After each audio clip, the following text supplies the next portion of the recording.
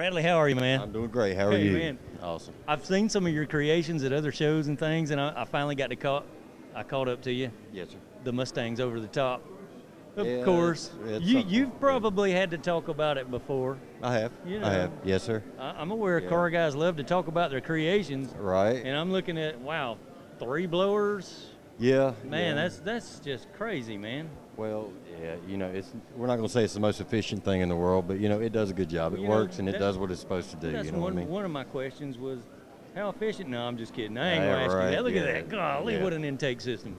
Jeez. And what you got below that, man? What you got on the bottom end of that? That's a 427 cubic inch LSX. Yeah? Yeah, it's got Arius heads on it, Hemi heads. Okay. Yep. Those heads were built, designed for the LS. All right. Yeah, you won't see a whole lot of that out right now. I mean, it's going to come, you know what I mean? But there's very few of those out. Yeah.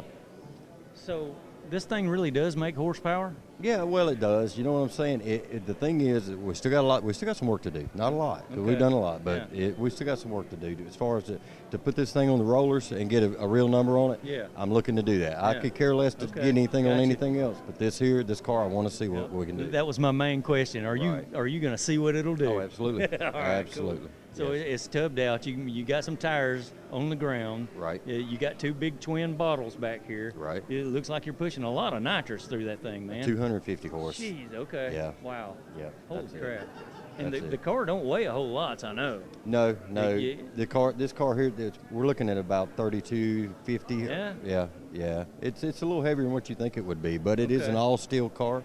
Even with it being a tube chassis, everything is steel. And the engine, you'd be surprised. It looks like there's a lot going on, a lot of weight. Yeah. There's really not. I'm using like a factory style, not a factory style, but as far as weight goes, 700-pound springs in the front. Okay. I mean, that's what the Mustang calls for. Yeah, and I guess it's all aluminum, pretty much. It is. Yeah. It is a lot. Yeah. Okay. Yep. So we're looking at about 1650 in the front. That's what the nose weight is on the car. So all right. you can do the math from there. You got the 2-speed behind all that, or I what do. you got? Yes, sir. It's a dead and bare case. Yep. I use all JW components, internal, JW converter. All right. We had to pay the case polished and all that stuff. Give it, being the windows, since, it's sort of like a window theme, right? So sure. With the blowers and the console and so on and so forth. Yeah. Oh, that's amazing build. Where are you from, sir? We're from Concord, North Carolina. Okay. Yeah. Yep. And not only do you have the Mustang, you got a C10, and you got the Camaro. Yep. Yeah. I've seen. I think everybody's seen them on social media. Yeah. Right. You can't miss something like this. Yeah. That's just a crazy build, man. We've been fortunate. We've been lucky. That's what it is. That's just luck. Okay. Some people love it. A lot of some people hate it. It is what it is. Let's see if we can make our way up here to the engine. Look at this thing a little closer. There's so much to talk about here. You got one big blower here, and then you got 2 twin smaller. What is this? Forced induction B&N. What are they, man? Well, the center one's a wind 871, right? And the 2 on the outside are B&N 174s. Mm-hmm. That's what they are. And the windows and all that, naturally we put the windows and whatnot in it. There's actually 2 pieces to that.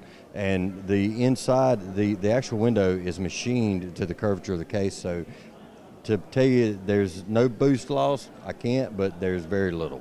Wow. Because it actually, it's machined to where that rotor has a contact all the way around. Yeah. All right. Which confuses a lot of people because they just think it's just an open situation. Right. Yeah, you would think that, You can't see it, but if you look real close, you'll see what I'm talking about. Okay. So all 3 of them are actually making power. Yes. Gotcha. All 3 of them are doing something. You know what I'm saying? What a belt drive, man. You got to come up with that on your own, right? Who sells that? Nobody. That's right. Nobody. Look at that. That's, Gates had the belt. I called Gates, direct and was able to purchase all that, Okay. But as far as the getting everything lined up and so on and so forth, I mean, it took time. It took time and, I had a picture of it in my head, so, Yeah, sure. Oh, man. What a picture, right? Yeah. And that little aluminum radiator, does that keep it cool? Absolutely. You can't sit at a red light with all that going on. Yes, you can. Yeah. Absolutely. We run Mazir pumps. Okay.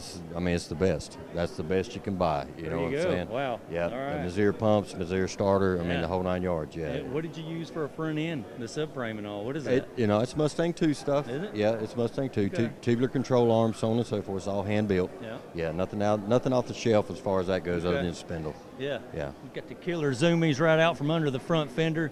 Man, how'd you like to take a ride in that, folks? Well, Outlaw Headers took care of that for me. Did an awesome job. Gotcha. Yep, sure did. Stainless zoomies. Nice. We got four-wheel aerospace components, brakes. Okay. Yeah. All right. So everything's cool there. We use a lot of aerospace components on the car. You don't have to worry about a full hood covering the thing, man. Look, he's only got a piece of the hood left. Yeah. I felt like we needed something, you know what I mean? So we had to come up with, and it was too easy just to bolt the thing on, so let's make it where it'll tilt. Not bad, man. That's all right. That adds a little touch to it. Yeah, right. Yeah, I mean, you know, some people will go, why? A lot of, hey, why not? You know, and as the car gets around, it's a fairly new car. You know, we debuted it in Detroit. Yep. And this is the wife's car. It's not my car. No, it's your wife's car. It's my wife's car. Gotcha. It is not my car. Where's she at, man? We want her over here. She gonna set some land speed records here? We'll get her in here in just a minute. Get her in here. Yeah, but some things that people don't notice, like the shifters in the roof. Uh-huh. Yeah. Okay, so you shifted. Some kind of aircraft style shifter going on in there. What you got? You know? See if you can get around here and get a shot of it there, Dollar Bill. Watch your step, buddy. Check that out. That's some fantastic stuff going on in the interior of this car. He's got the windows right through to the transmission and the drive shaft. There's the shifter up top. The cage is nicely done. No gauges on the dash. Just one center gauge cluster in the console. A few switches on the console. Man, that's it. Nice and simply done. Wow, beautiful, man. In the back right here, some people confuse these for fuel tanks. That's what they originally started as. Those are actually intercoolers, or that's water. The intercoolers are mounted on the back of the engine there, and it's just a water-to-air intercooler. Wow. So yeah, I would clarify that because a lot of people are like, "Why you got fuel tank?" It's not a fuel tank, you know. Wow. Yeah.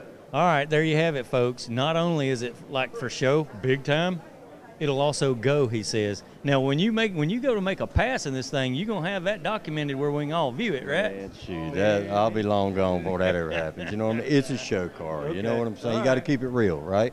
They won't allow you to get this thing out and do a burnout from one end to the other? I can do whatever I want to do. You Really? know? Yeah, I won't have no issues with that. Oh, but, man, you know, we gonna get to see that? well, I don't know that.